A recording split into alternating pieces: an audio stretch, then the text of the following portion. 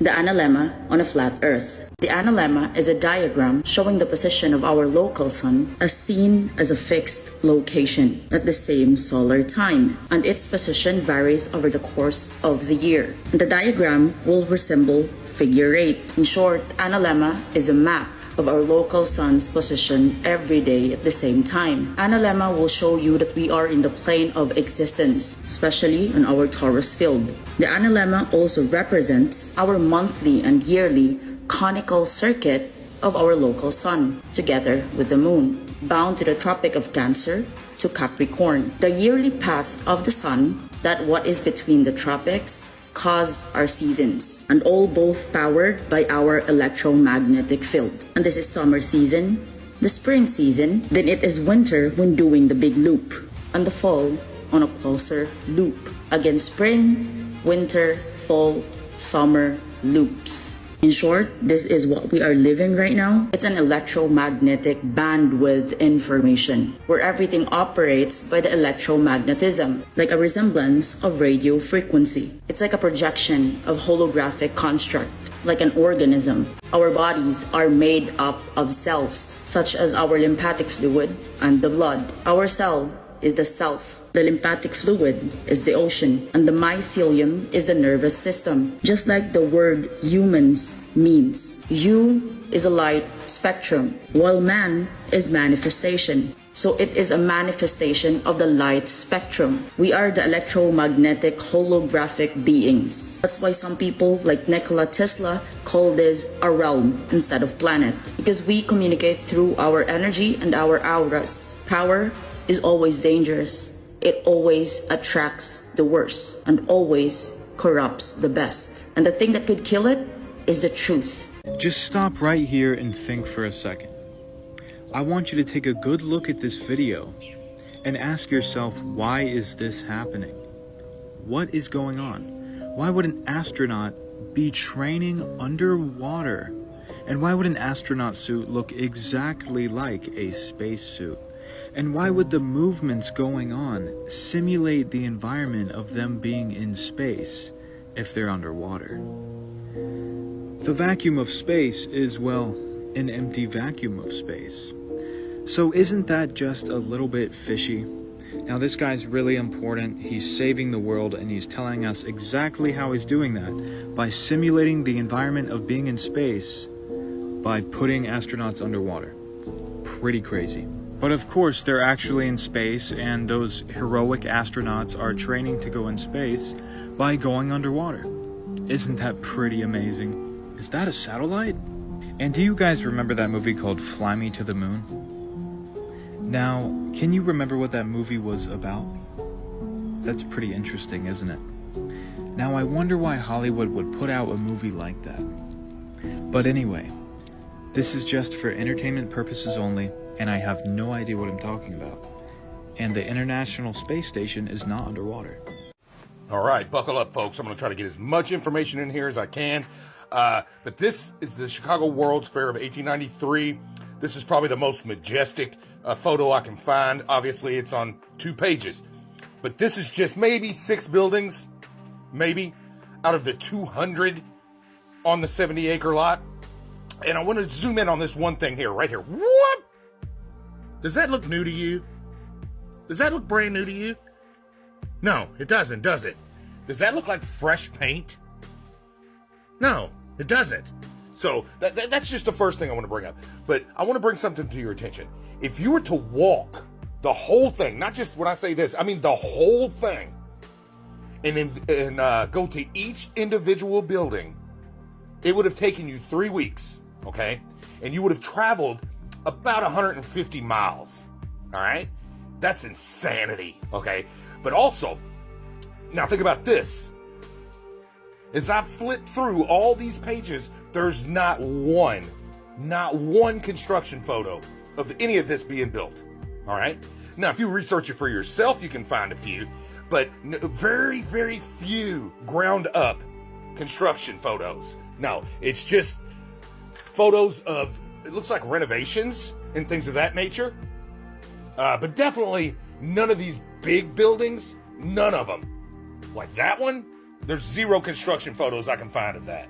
All right. Now, I have to go back. I'm sorry. I'd love to show you more. But from here to here is 65 foot. This is 40 foot. Supposedly made of plaster, gilded plaster, coated with brown gold leaf. But at the end, when it burnt down, there's no pictures of it being burnt down. Zero. There's this description, if you look it up, that just describes it in epic detail. You mean to tell me you've got the technology to take pictures of this, but when the fucking thing burnt down, every photographer within 50 miles wasn't coming to take pictures of it? Now I know I'm not the only one that noticed. When they launch these rockets, they never go straight up. They do a parabolic curve, and I think I know why they do that. One thing I really want your generation to embrace is that the Earth is a closed system. We cannot leave the Earth. There's no place to go. Now what does the Bible have to say about this? And God made the firmament and divided the waters which were under the firmament from the waters which were above the firmament, and it was so. Now the Hebrew word for firmament is rakia, which means an extended surface or expanse. Also, extended surface, solid expanse, or the vault of heaven or firmament regarded by Hebrews as solid and supporting the waters above it. Now the Bible tells us what the firmament's like. Job 37:18, hast thou with them spread out the sky which is strong and as a molten looking glass. Amos chapter 9 verse 6, it is he who builds his upper chambers in the heavens and has established his vaulted dome, the firmament of heaven, over the earth, he who calls to the waters of the sea and pours them out on the face of the earth, the Lord is his name. Has established his vaulted dome over the earth. So God has founded his vaulted dome over the earth, which is referring to God's firmament. Guys, I'm here to tell you, God's word is true. He wants a relationship with you and not a religion. This is footage I've recorded myself of a recent plane journey. We're at an altitude of roughly 33,000 feet and we're travelling at speeds in excess of 500 miles per hour. And obviously all this is happening while the Earth itself is spinning at 1,000 miles per hour at the equator. And then we're told that our planet Earth is going around the Sun at 67,000 miles per hour. Now one of the things that people comment when I go live is that they've seen the curve from an airplane. But you go and watch some footage of a high altitude weather balloon at 127,000 feet, there's still no detectable curvature. And when you watch interviews with real pilots, they'll tell you that they don't dip the nose to account for the curvature and stop themselves flying into space. They fly perpendicular with the surface, which is a plane. And it's interesting how we call these contraptions planes. We don't call it an air curve, do we? We call it an airplane because it flies over a plane. It's got a mechanical gyroscope which creates an artificial horizon, and it doesn't dip its nose to account for the curve.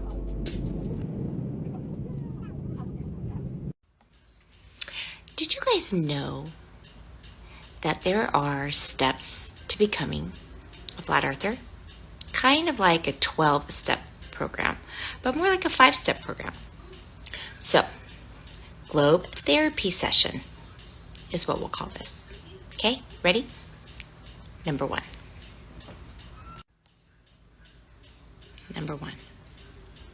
Denial. Flat Earth is silly. They discovered it centuries and centuries ago that it was round.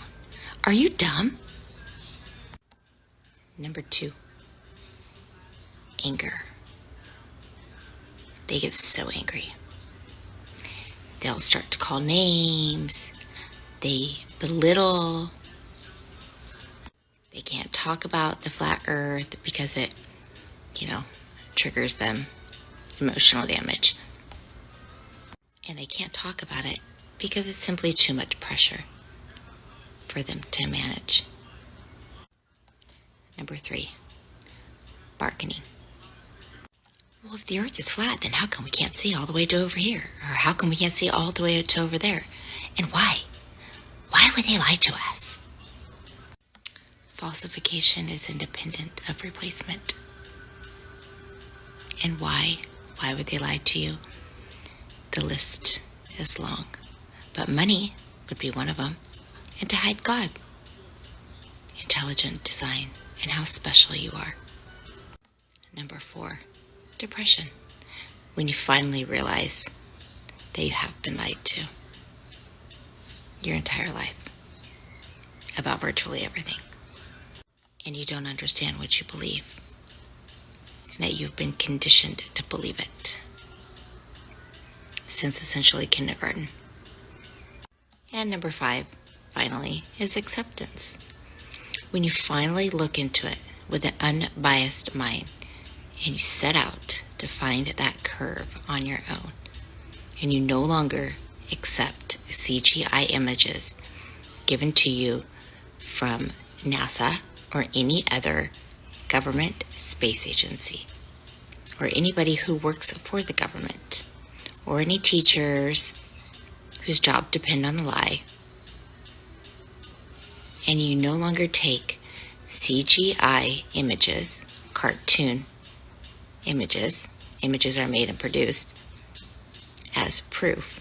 You trust your own eyes and your own intuition and your own understanding of the earth. I mean, you can also couple it with the military documents, the CIA documents, the NASA documents, the FBI documents that all state that the earth is flat and non-rotating. And if you need those documents, just message me. I will happily get them over to you. I just want to do my part in helping wake you up. If I can wake up one person a day, then my job is done. Now, obviously, the earth is not flat like a pancake or like a pizza land. And if you hear somebody saying that, just understand that is a programmed response. You have been programmed to say that. A lot of the things have been programming. We have mountains, valleys, rivers, and oceans. Okay? So clearly the earth isn't 100% flat. So there you go. And try to understand, with these steps that you do go through before realizing that you have been lied to about everything, look into who funded our general education system, right? And then understand that the government is who controls all of the schools, the universities, the museums, the libraries, and everything is programming: the TV, the news, the movies, Hollywood, the music, even sports. It's all programming. They tell you what they want you to know. So you have to be okay with understanding that we have been lied to about everything. And then once you actually take the time and you connect the dots, after you go out and you find the curve for yourself with your own eyes, right? You think that, the boats go beyond the curve. No. Go get on a boat. Go out to the horizon. You will see it's just more water. The boats don't go around upside down around a ball. Okay? Neither do airplanes, neither do cars or trains. People are not upside down in Australia. Okay? I promise you. Get off the shoreline and take your time and go out there and look for it. You will not find the curve. It's nowhere to be seen. That's why all of these documents say that the earth is flat and non-rotating. And the only time that you ever see a curve is when Red Bull is doing some special event, right? Or Hollywood or NASA CGI or some other space agency shows you their CGI images, or people who jobs rely on the lie. They will show you this fakery bakery stuff. But understand, it's just an ideology. That's what they want you to believe. They want you to believe in the Big Bang. They want you to believe that there are millions and trillions of things just like you out there in outer space, and that's not true either. There's just one of you. And you are special and you are unique, and they don't want you to know that. And they surely don't want you believing in God. They don't want you to believe that this place was created for you.